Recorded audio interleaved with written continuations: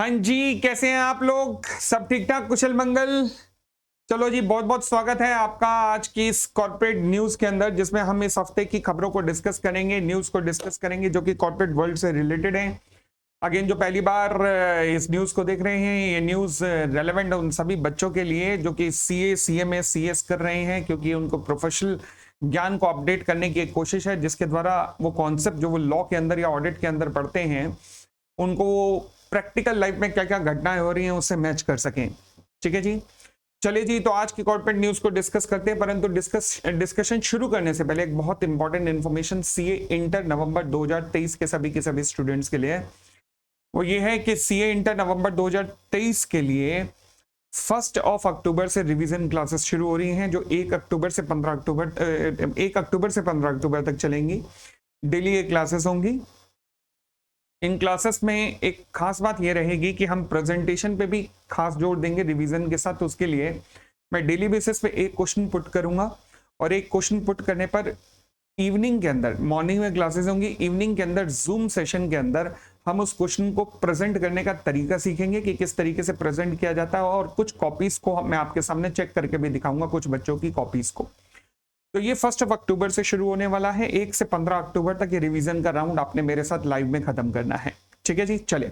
CA inter नवंबर 2023 सभी के सभी students, let us start now. इस हफ्ते की पहली सबसे बड़ी खबर है SEBI to auction Sharda groups property on the October 17 October. Sharda, ये क्या है? अरे, ये वो कंपनी है जिसने कलकत्ता के अंदर तबाही मचा दी थी। अरे, शारदा स्कैम के नाम से, मतलब सैकड़ों कंपनियां, मोर देन 200 कंपनीज खुली गई थी, और लाखों लोगों से हजारों करोड़ रुपए, नियर अबाउट 20,000 करोड़ शायद अप्रोक्सीमेट फिगर थी जो इकट्ठा हुआ था।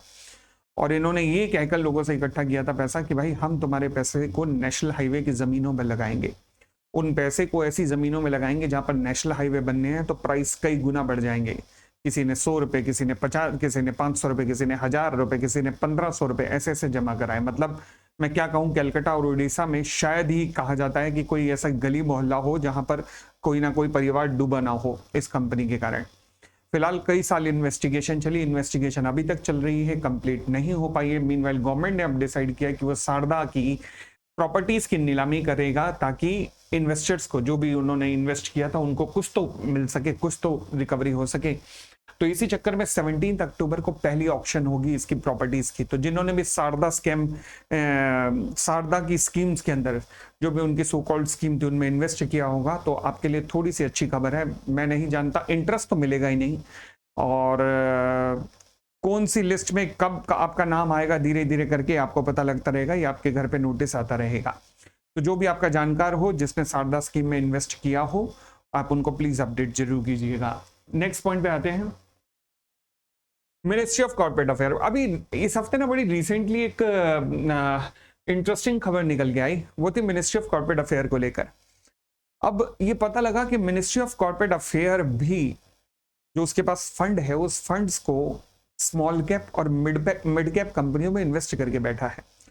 अब मैंने भी जब इन कंपनीज के नाम देखे तो मैंने कहा यार भाई साहब, कोई सुनी सुनाई कंपनी नहीं लग रही, ऐसे ऐसे नाम हैं, मगर मिनिस्ट्री ऑफ कॉर्पोरेट अफेयर्स ने उनमें इन्वेस्ट किया हुआ है। वाह, हैरानी वाली बात है। अच्छा, सारी इन्वेस्टमेंट स्मॉल कैप और मिड कैप के अंदर है, स्मॉल कैप और मिड कैप के अंदर है। जैसे ऐसे ऐसे नाम सुनोगे आप, मैं क्या बताऊं, सुनो कैसे है। कृति इंडस्ट्री, हालांकि इसके बारे में मैंने सुना हुआ है, डाई केमिकल इंडस्ट्री की, डाई केमिकल बनाने वाली भारत की सबसे बड़ी कंपनियों में से एक है। उसके बाद Haryana leather, Glance Finance, Zodiac JRDMKG, कमाल हो गई बात। अच्छा, कैप्लिन ठीक है, कैप्लिन, किर्लोस्कर ठीक है, एजिस लॉजिस्टिक भी ठीक है, नेस्को भी ठीक है, भारत रसायन, गणेशा इकोस्फेयर, ये कुछ बड़े लेवल की कंपनियां हैं। मतलब इन कंपनियों में इन्वेस्ट कर रखा मिनिस्ट्री ऑफ कॉर्पोरेट अफेयर ने। तो आपको लिस्ट दिख जाएगी गूगल के ऊपर कि जिन जिन कंपनियों में ministry of corporate affair invest करके बैठा है। अच्छा, इसका मतलब ये है कि सर हमें भी ऐसी कंपनियों में इन्वेस्ट कर देना चाहिए? नहीं, ये कोई फंडामेंटल नहीं है, ये कोई तरीका नहीं है इन्वेस्टमेंट करने का।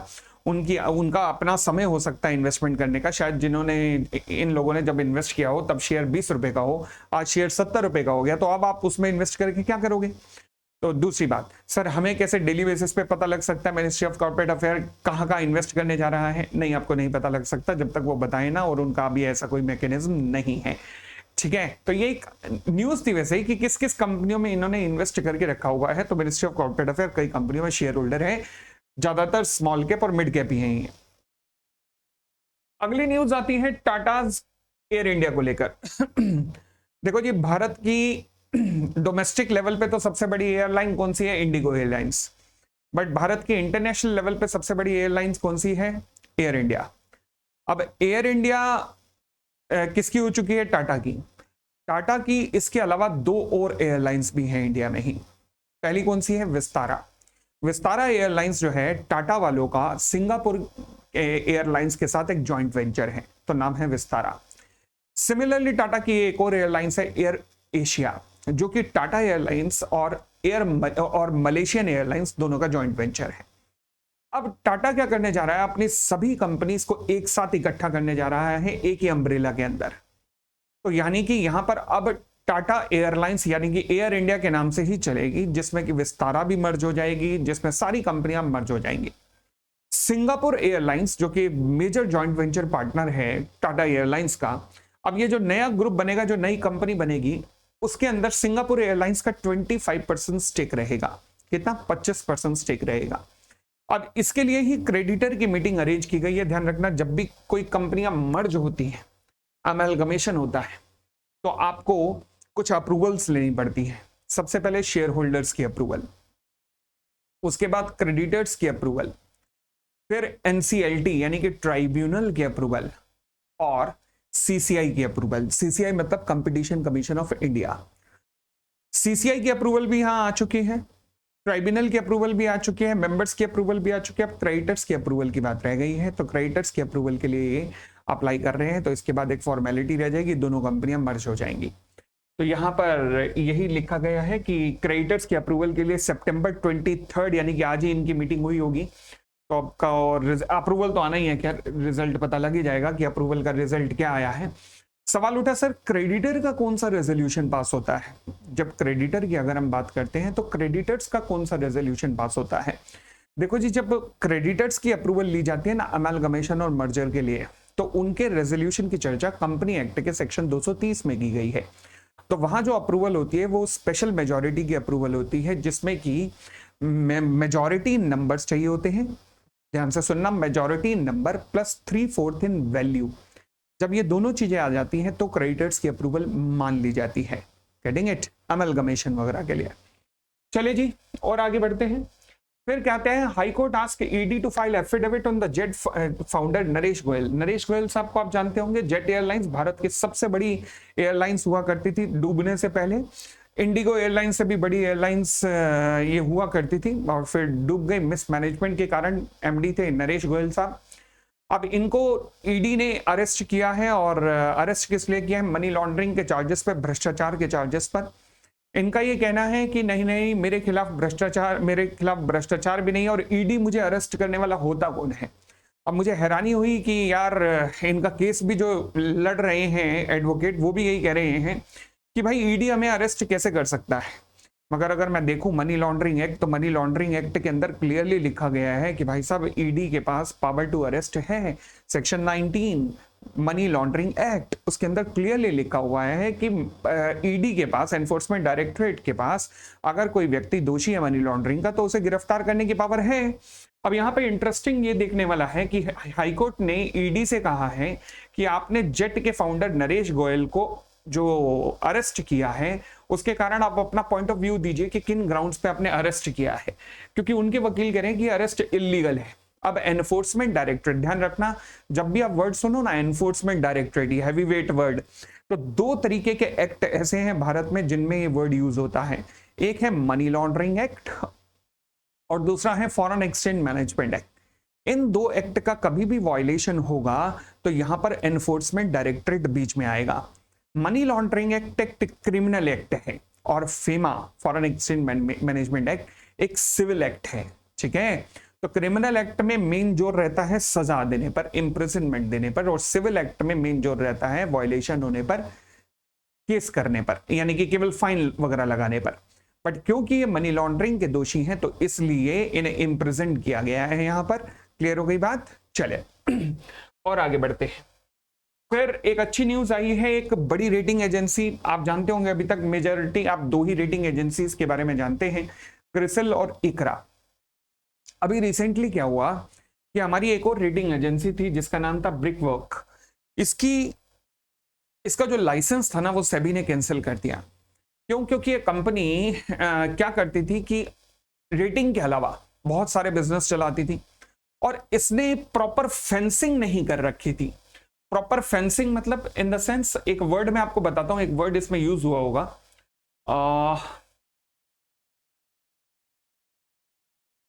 Security and Exchange Board of India by its order dated September issued several direction against Brickwork Rating, effectively replacing its earlier order, और जिसमें रेटिंग एजेंसी का लाइसेंस कैंसिल कर दिया गया था। क्यों कर दिया गया था ये देखिएगा, रीजन देखिएगा। The cancellation order was issued on the ground of the operational deficiency found on the functioning of the Brickwork as a CRA, मतलब credit rating agency, such as failure to appropriately ring fence its rating activity. Ring fence, अब ये word नया है, ring fence. Ring fence का मतलब होता है कि आप अगर रेटिंग एजेंसी हैं तो अपनी जो रेटिंग की एक्टिविटी है उनके चारों तरफ फेंस कर दीजिए, यानी कि वो एसेट्स किसी और बिजनेस की एसेट्स ना कंसीडर की जाए और किसी और बिजनेस की एसेट्स को यहाँ की एसेट ना माना जाए। इसकी एसेट्स को प्रॉपरली फेंस करके रखिए ताकि आप प्रॉपर सेग्रीगेशन बता सके कि ये आपकी एसेट्स जो हैं ये केवल रेटिंग एजेंसी के रूप में है। परंतु इन्होंने इस तरीके की फेंसिंग नहीं की थी जिस वजह से सेबी ने इनका लाइसेंस कैंसिल कर दिया। बट फिर सेबी का ऊपर कौन आता है? ट्राइब्यूनल, जिसका नाम है security appellate tribunal. Security appellate tribunal ने इस ऑर्डर को रिसेंटली पलट दिया है और पलट के कहा है कि सेबी को कहा है, डायरेक्शन दी है कि आपने जो ऑर्डर दिया ना बहुत हार्श है, मतलब वो मैक्सिमम पेनल्टी आपने उन पे लगा दी, ऐसा नहीं होना चाहिए। ठीक है, गलती हो गई उनसे, कोई बात नहीं, आप कोई और ऑर्डर पास कर दीजिए, बट इनका जो लाइसेंस कैंसिल कर दिया आपने वो लाइसेंस दोबारा से ओके कर दीजिए। तो उस सेट के डायरेक्शन के कारण सेबी ने इस तरीके का ऑर्डर पास किया जिसमें उन्होंने कहा कि लो जी हम आपका लाइसेंस रिन्यू करते हैं।